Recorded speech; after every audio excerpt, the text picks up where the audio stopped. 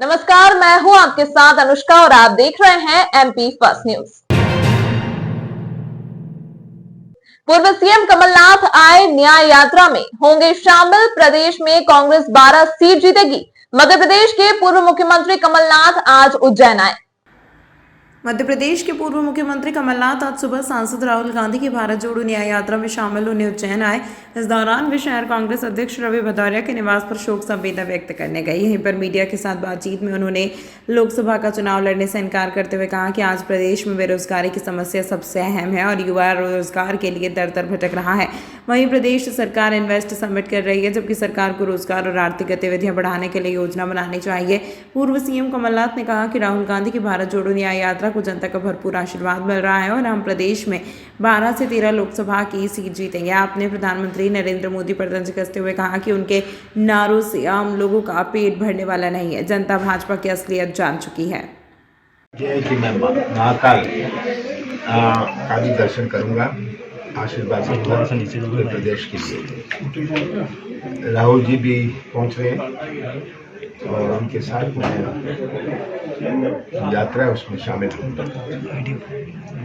आज मध्य प्रदेश चुनौती और यही नौजवान जो आज व्यवसाय के लिए, रोजगार के लिए भटक रहे हैं, यही निर्माण करेंगे हमारे उज्जैन का हो, हमारे मध्य प्रदेश का हो।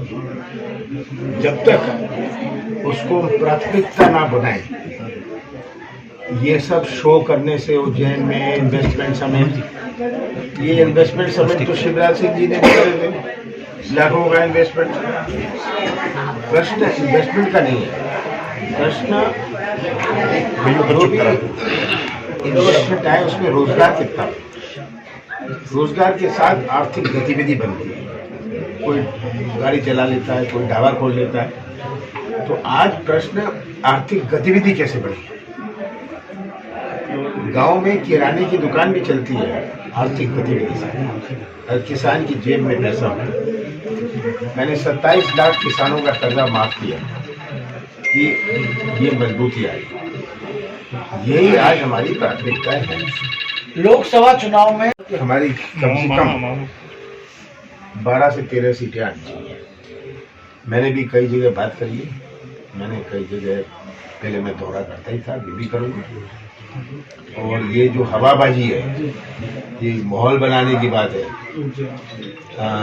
ये हर राजनीतिक दल करती है, पर इसमें बीजेपी माहिर है कि आप माहौल बनाओ।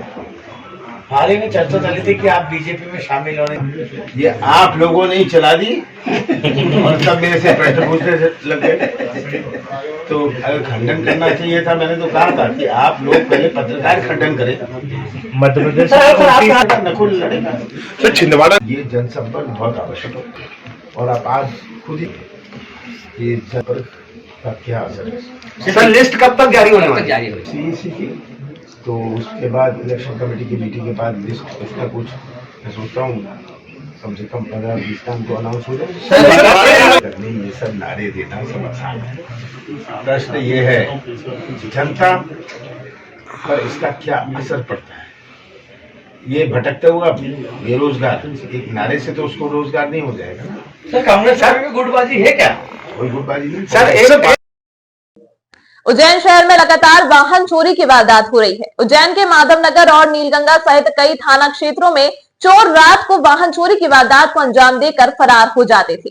लगातार हो रही चोरी की वारदात से परेशान कुछ युवाओं ने चोरों को पकड़ने का प्लान बनाया और वाहन चोरी करने आए बदमाशों को रंगे हाथों पकड़ लिया है, जिसके बाद उन्हें पुलिस को सुपुर्द किया, जहां बदमाशों ने कई वाहन चोरी की वारदातों को कबूला है। मामले की जानकारी देते हुए एएसएसपी गुरु प्रसाद पाराशर ने बताया कि शहर में कुछ क्षेत्रों में लगातार वाहन चोरी होने की वारदातें हो रही थी, जहां वरिष्ठ अधिकारियों के निर्देश पर नागरिकों को जागरूक किया जा रहा था। जहां देसाई क्षेत्र में युवाओं ने टीम बनाकर वाहन चोरों को धरपकड़ के लिए निगरानी की, जहां वरिष्ठ अधिकारियों के निर्देश पर नागरिकों को जागरूक किया जा रहा था। जहां देसाई क्षेत्र में युवाओं ने टीम बनाकर वाहन चोरों की धरपकड़ करने आए 3 वाहन चोरों को युवाओं ने पकड़ा और माधवनगर पुलिस के सुपुर्द किया, जहां बदमाशों ने पूछताछ में वाहन चोरी की वारदातें कबूल की है। आरोपियों की निशानदेही से 5 वाहन जब्त किए गए हैं। वहीं वाहनों के ठिकाने लगाने वाले 2 युवकों को भी हिरासत में लिया गया है।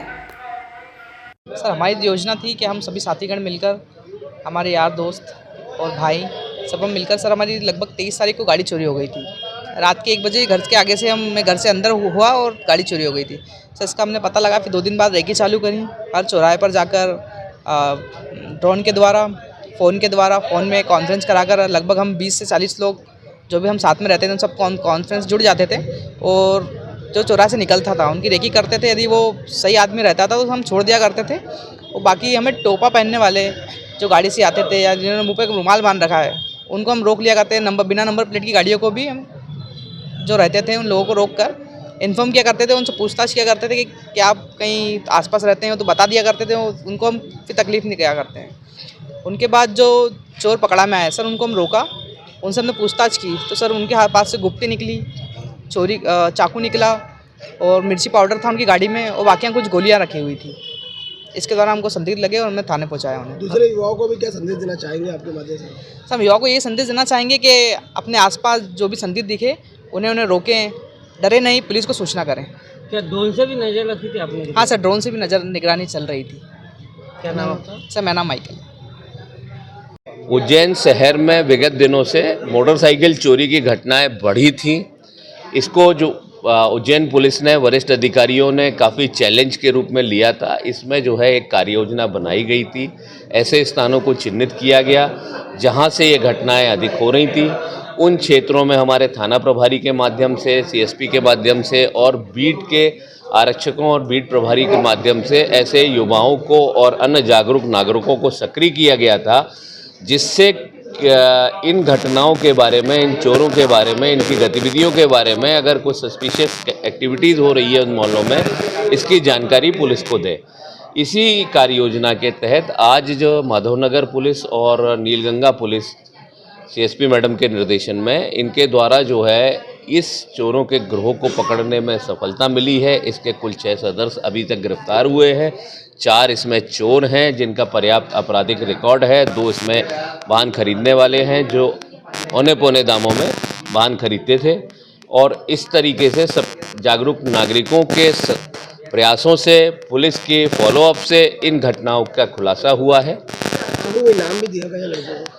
इसमें जो जागरूक नवयुवक हैं जिनके कारण जो है ये खुलासा हो रहा है, जिनकी सक्रियता के कारण जो है पुलिस को ये रिकवरी करने में मदद मिली है, उनको पुलिस अधीक्षक महोदय द्वारा 10,000 रुपये के इनाम से पुरस्कृत करने का निर्णय लिया है।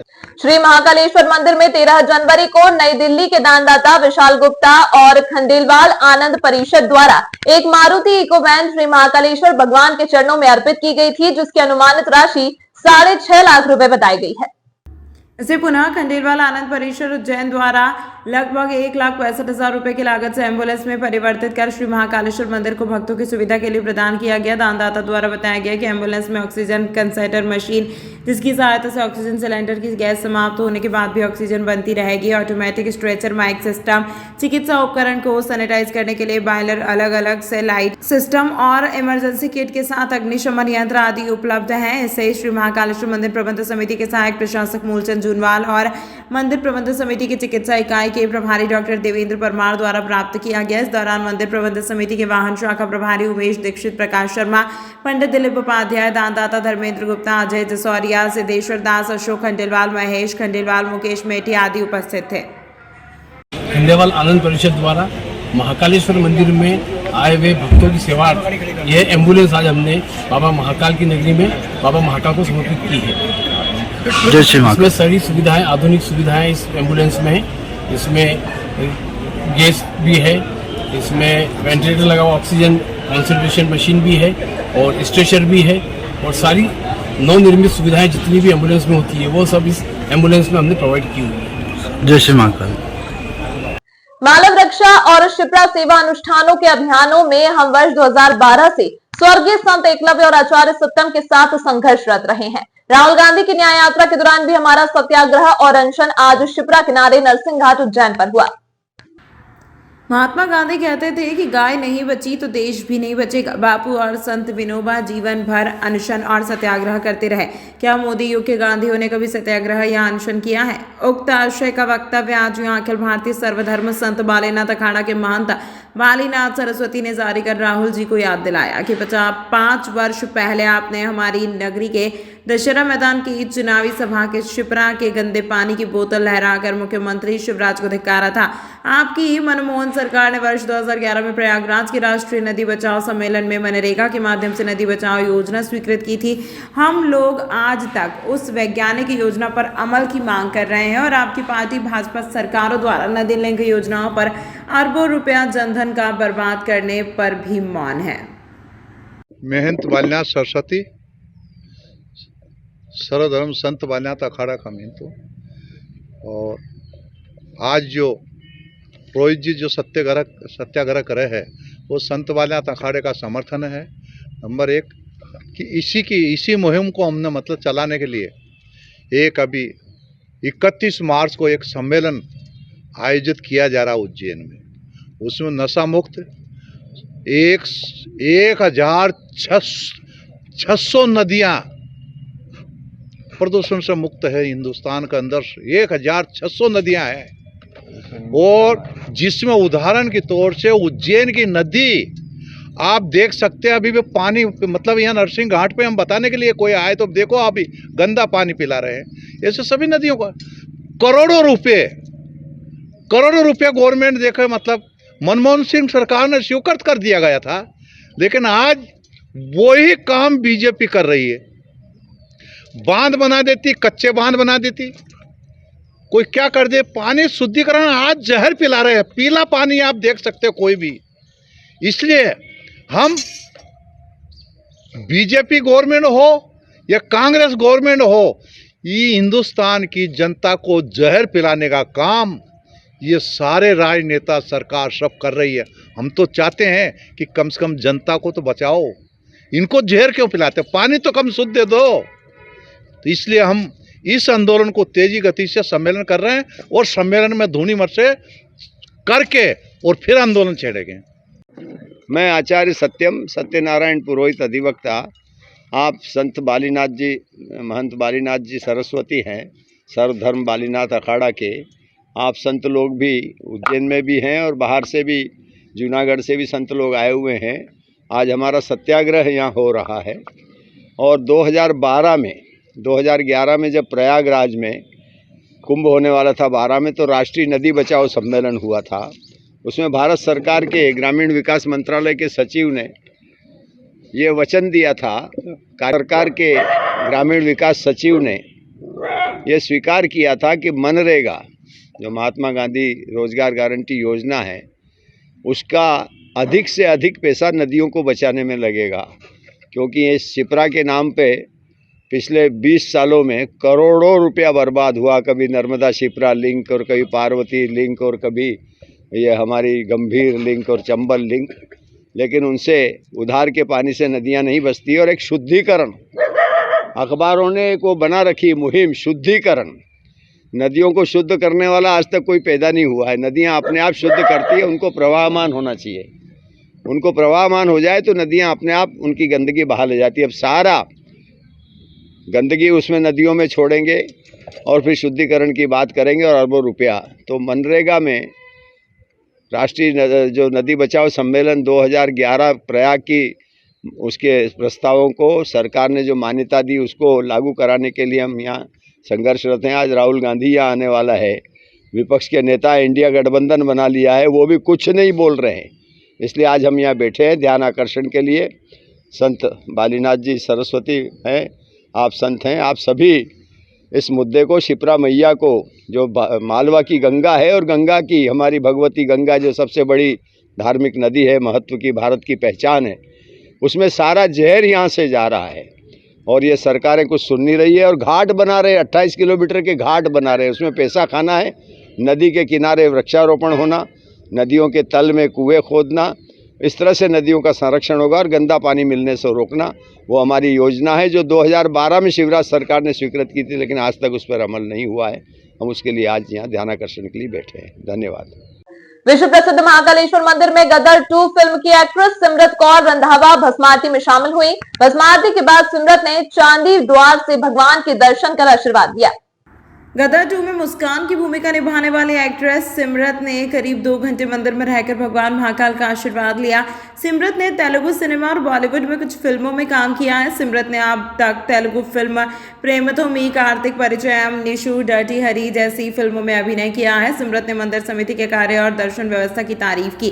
कहा कि बता नहीं सकती कि आरती में शामिल होकर कितना आनंद आया। आप सबको भी एक बार यहाँ आना चाहिए। जय श्री महाकाल, हर हर महादेव। आज मैं उज्जैन आई हूँ महाकाल के दर्शन करने। दर्शन बहुत ही ज़्यादा अच्छे हुए, मैनेजमेंट बहुत ज़्यादा अच्छी है और मैं ये आपको एक्सपीरियंस नहीं बता सकती हूँ कि आरती में आपको क्या आनंद आता है। आप लोग आइए और ये आनंद लीजिए, ये लाइफ में एक ही बार मिलता है। तो बहुत अच्छा मैनेजमेंट था, सब कुछ ही बहुत आराम से सब कुछ हो गया, बहुत अच्छे दर्शन। बाबा महाकाल की नगरी उज्जैन में इन दिनों शिव नवरात्रि की धूम है। शिव नवरात्रि के 5वें दिन आज महाकाल को होलकर श्रृंगार से सजाकर दूल्हा बनाया गया। महाकाल के दरबार में विवाह का उत्सव मनाया जा रहा है। 9 दिनों तक बाबा को भस्म आरती से लेकर शयन आरती तक दूल्हे के रूप में तरह तरह से सजाया जा रहा है। 9 दिनों तक बाबा महाकाल का अलग अलग रूपों में श्रृंगार किया जाता है। इस श्रृंगार का मुख्य उद्देश्य बाबा को दूल्हे के रूप में तैयार करना होता है। जिस प्रकार शादी से पहले दूल्हे को तैयार किया जाता है, उसी प्रकार की रस्में बाबा महाकाल के साथ हो रही हैं। शिव नवरात्रि के 5वें दिन आज महाकाल राजा को दूध, दही, घी से पंचामृत स्नान कराया गया। तत्पश्चात चंदन, इत्र व केसर सहित सुगंधित द्रव्यों से लेपन कर दूल्हे की रस्में पूरी की गई। बाबा को विशेष रूप से होलकर श्रृंगार से श्रृंगारित किया गया। होलकर श्रृंगार इंदौर के राजा होलकर के द्वारा चढ़ाया गया था। उसी परंपरा में महाकाल को होलकर मुखौटे से सजाया जाता है। यहाँ ब्राह्मणों द्वारा विशेष अभिषेक कर मंत्रोच्चारण किया गया। बाबा का रोजाना विभिन्न रूपों में श्रृंगार हो रहा है। महाशिवरात्रि पर महाकाल की शादी की जाएगी। आकाशे तारकालिंगम पाताले हाटकेश्वरम मृत्युलोके महाकालम लिंगम त्रय नमोस्तुते। मृत्युलोक का स्वामी भगवान महाकाल और महाकाल भगवान महाकाल उज्जैन अवंतिका में विराजमान है। यहाँ पे पूरे विश्व के अंदर सिर्फ एक ही ज्योतिर्लिंग ऐसा है जहाँ नवरात्रि का महोत्सव मनाया जाता है। 11 दिवसीय नवरात्रि का महोत्सव का मतलब ये होता है कि भगवान 11 स्वरूप में अलग अलग प्रकार से दूल्हा बनते हैं और दूल्हा बन के भगवान को हल्दी चढ़ाई जाती है।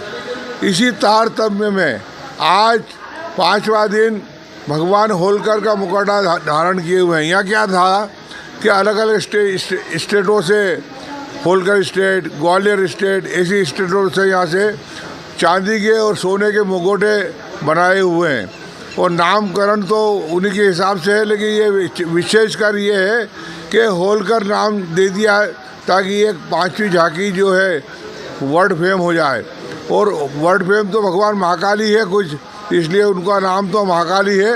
और महाकाल के स्वरूप में जो आज विराजमान है, आज सुबह से यानी नित्य सुबह से 11 पंडित कोटेश्वर पे अभिषेक करके और उसके बाद भगवान का लघु रुद्र शुरू करते हैं।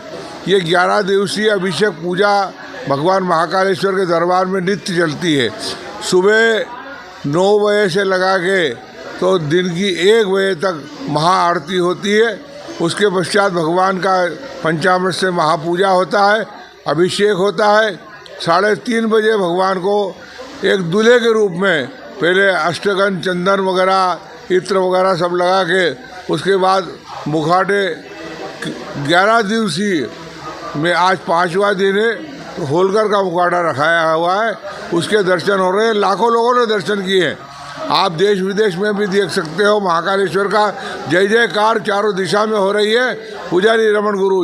तमाम महत्वपूर्ण खबरों के लिए देखते रहिए MP फर्स्ट न्यूज।